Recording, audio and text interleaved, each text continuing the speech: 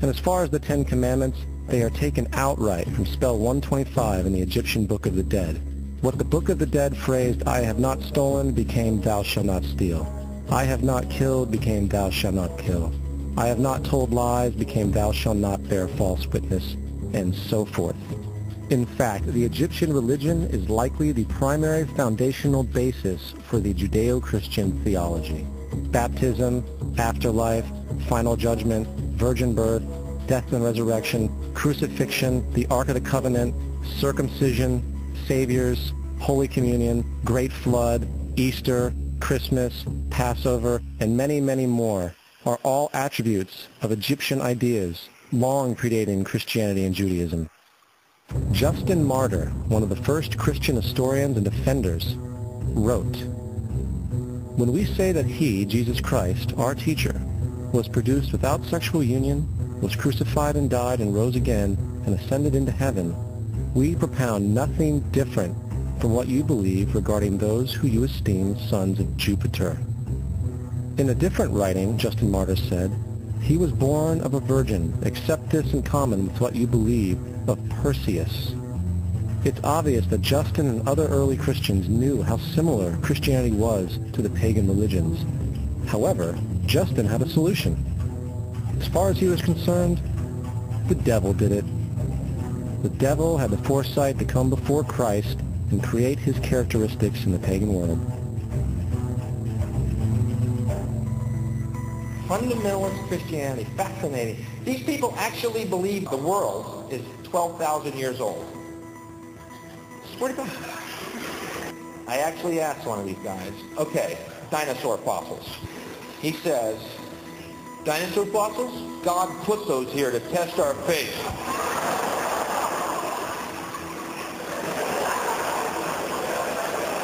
I think God put you here to test my faith, dude.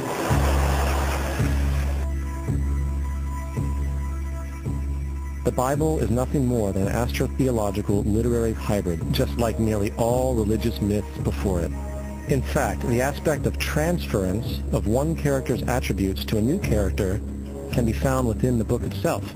In the Old Testament, there is the story of Joseph. Joseph was a prototype for Jesus. Joseph was born of a miracle birth. Jesus was born of a miracle birth. Joseph was of 12 brothers. Jesus had 12 disciples. Joseph was sold for 20 pieces of silver. Jesus was sold for 30 pieces of silver. Brother Judah suggests the sale of Joseph. Disciple Judas suggests the sale of Jesus. Joseph began his work at the age of 30.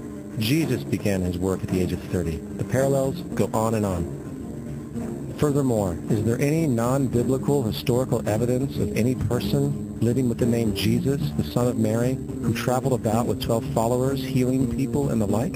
There are numerous historians who lived in and around the Mediterranean, either during or soon after the assumed life of Jesus. How many of these historians document this figure? Not one. However, to be fair, that doesn't mean defenders of the historical Jesus haven't claimed the contrary. 4 historians are typically referenced to justify Jesus' existence. Pliny the Younger, Suetonius, and Tacitus are the first 3. Each one of their entries consists of only a few sentences at best, and only refer to Christus or the Christ, which in fact is not a name but a title. It means the Anointed One. The 4th source is Josephus, and this source has been proven to be a forgery for hundreds of years. Sadly, it is still cited as truth. You would think that a guy who rose from the dead and ascended into heaven for all eyes to see and performed the wealth of miracles acclaimed to him would have made it into the historical record. It didn't, because once the evidence is weighed, there are very high odds that the figure known as Jesus did not even exist.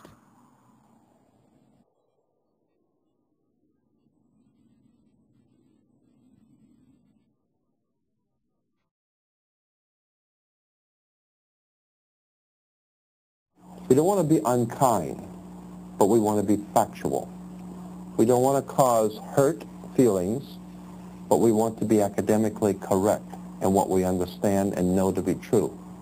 Christianity just is not based on truth. We find that Christianity was in fact nothing more than a Roman story developed politically. The reality is, Jesus was the solar deity of the Gnostic Christian sect. And like all other pagan gods, he was a mythical figure. It was the political establishment that sought to historize the Jesus figure for social control.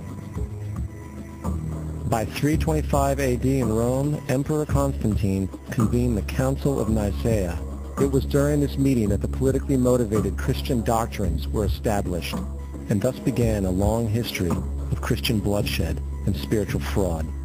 And for the next 1600 years, the Vatican maintained a political stranglehold on all of Europe, leading to such joyous periods as the Dark Ages, along with enlightening events such as the Crusades and the Inquisition.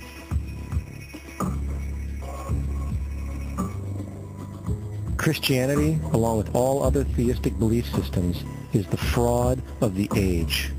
It serves to detach the species from the natural world and likewise each other. It supports blind submission to authority. It reduces human responsibility to the effect that God controls everything, and in turn awful crimes can be justified in the name of divine pursuit. And most importantly, it empowers those who know the truth, but use the myth to manipulate and control societies. The religious myth is the most powerful device ever created and serves as the psychological soil upon which other myths can flourish.